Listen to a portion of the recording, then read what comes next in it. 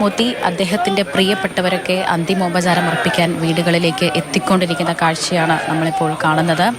ഏകദേശം ഒരു 11:30 വരെ വീട്ടിൽ പൊതുദർശനമുണ്ടാകും. തുടർന്ന് ഈ അദ്ദേഹത്തിൻ്റെ സംസ്കാരത്തിന് മുന്നോടിയായിട്ടുള്ള ചടങ്ങുകളൊക്കെ വീട്ടിൽ നടക്കും. അതിനുശേഷമായിരിക്കും ഇടപ്പള്ളി ശ്മശാനത്തിലേക്ക് ഏകദേശം 11:30 കൂടി തന്നെ കൊണ്ടുപോവുക. ശേഷം 12 മണിയോടുകൂടി തന്നെ ഇടപ്പള്ളി ശ്മശാനത്തിൽ അദ്ദേഹത്തിൻ്റെ അന്ത്യകർമ്മങ്ങൾ ആരംഭിക്കുമെന്ന് തന്നെയാണ് നമുക്ക് മനസ്സിലാക്കുന്നത്.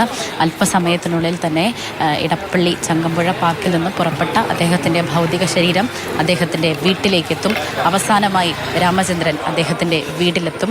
ഏകദേശം 40 വർഷത്തോളമായി അദ്ദേഹം ഇവിടെ താമസിച്ചു വരികയാണ് എന്നാണ് ഇവിടുത്തെ അദ്ദേഹത്തിൻ്റെ ബന്ധുക്കളും പ്രദേശവാസികളും എല്ലാം പറയുന്നത്. എല്ലാവരെയും അവസാനമായി കാണും, അവസാനമായി എല്ലാവർക്കും യാത്രാമൊഴി ചൊല്ലും. പക്ഷേ അദ്ദേഹത്തോടൊപ്പമാണ് ഈ നാട് എന്നൊരു ഓർമ്മപ്പെടുത്തൽ കൂടിയാണ്. ആളുകൾ ചങ്ങമ്പുഴ പാർക്കിൽ നിന്നും ഇവിടേക്ക് ഒഴുകിയെത്തിക്കൊണ്ടിരിക്കുകയാണ്. ദൃശ്യങ്ങളിൽ നിന്നൊക്കെ നമ്മൾ കണ്ടതാണ്. സ്കൂൾ വിദ്യാർത്ഥികൾ അടക്കമെത്തി അദ്ദേഹത്തിന് അന്തിമോപചാരം അർപ്പിക്കുന്ന ഒരു കാഴ്ച. അദ്ദേഹത്തിൻ്റെ കുടുംബത്തോടൊപ്പമാണ് ഈ നാട് എന്നൊരു ഓർമ്മപ്പെടുത്തൽ കൂടിയാണ്. അദ്ദേഹത്തിൻ്റെ കുടുംബത്തിൻ്റെ കണ്ണീരിനൊപ്പമാണ് ഈ നാട്. അങ്ങനെ നമ്മൾ വീണ്ടും വീണ്ടും ഓർമ്മിപ്പിച്ചുകൊണ്ടിരിക്കുകയാണ്. ആളുകൾ അദ്ദേഹത്തിൻ്റെ പ്രിയപ്പെട്ടവരൊക്കെ ഇവിടെ എത്തിക്കൊണ്ടിരിക്കുകയാണ്. ഏകദേശം ഒരു 10 മിനിറ്റിനുള്ളിൽ തന്നെ അദ്ദേഹത്തിൻ്റെ മൃതദേഹം അദ്ദേഹത്തിൻ്റെ വീട്ടിലേക്ക് എത്തും എന്ന് തന്നെയാണ് നമുക്ക് മനസ്സിലാക്കാനായിട്ട് സാധിക്കുന്നത്. അവസാനമായി രാമചന്ദ്രൻ ആ വീട്ടിലേക്ക് ഒരിക്കൽ കൂടി എത്തുകയാണ്. തൻ്റെ പ്രിയപ്പെട്ടവരെ കാണാൻ, തൻ്റെ ബന്ധുക്കളെ കാണാൻ.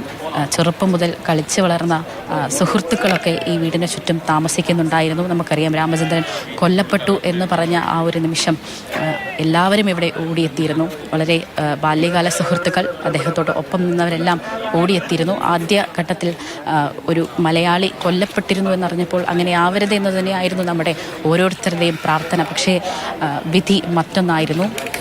രാമചന്ദ്രൻ കൊല്ലപ്പെട്ടിരുന്നു എന്നൊരു വാർത്ത കേരളത്തിൽ എല്ലാവരും ഞെട്ടലോടുകൂടിയാണ് കേട്ടിരുന്നത്. അദ്ദേഹം കൊല്ലപ്പെട്ടു അറിയുന്നതിന് മുൻപ് തന്നെ ഇടപ്പള്ളിയിലുള്ള ഏതോ ഒരു രാമചന്ദ്രനായിരുന്നു. പക്ഷേ ഇപ്പോൾ അങ്ങനെയല്ല. അദ്ദേഹം നമ്മുടെ ഓരോരുത്തരുടെയും, നമ്മുടെ ഒരു കുടുംബത്തെ അംഗത്തെ പോലെയാണ്. അങ്ങനെയാണ് ഈ നാട് മൊത്തം അദ്ദേഹത്തിന് അന്ത്യാഞ്ജലി അർപ്പിക്കാൻ ഇവിടെ ഒഴുകി എത്തിക്കൊണ്ടിരിക്കുന്നത്, അദ്ദേഹത്തിൻ്റെ വീട്ടിലേക്ക് എത്തിക്കൊണ്ടിരിക്കുന്നത്.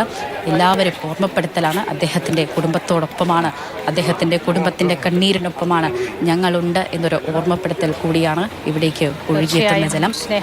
അല്പസമയത്തിനുള്ളിൽ തന്നെ ഇടപ്പള്ളി ഹാളിലെ പൊതുദർശനത്തിന് ശേഷം ഇപ്പോൾ നീരാഞ്ജനം എന്ന വീട്ടിലേക്ക് എൻ രാമചന്ദ്രന്റെ ഭൗതികദേഹം കൊണ്ടുപോവുകയാണ്. ഒരു വിലാപയാത്ര പോലെ പോവുകയാണ് ഭൗതികദേഹം. അന്ത്യയാത്രയ്ക്കുള്ള തയ്യാറെടുപ്പാണ് നീരാഞ്ജനത്തിൽ എത്തിച്ച് അവിടെ ഏറ്റവും അടുത്ത ബന്ധുക്കൾക്കും സുഹൃത്തുക്കൾക്കും അന്തിമോപചാരം അർപ്പിക്കാനുള്ള അവസരം കൂടി അവിടെ ഉണ്ടാകും.